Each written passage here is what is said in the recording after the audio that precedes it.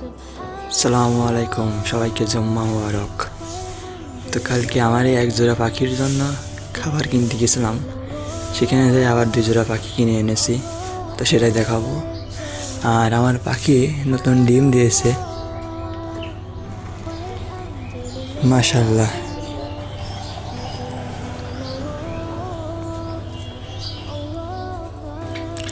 এটাই সেই 2 জোড়া পাখি, নতুন 2 জোড়া কালকে কিনে এনেছি। অনেক সুন্দর সুন্দর, মাশাআল্লাহ।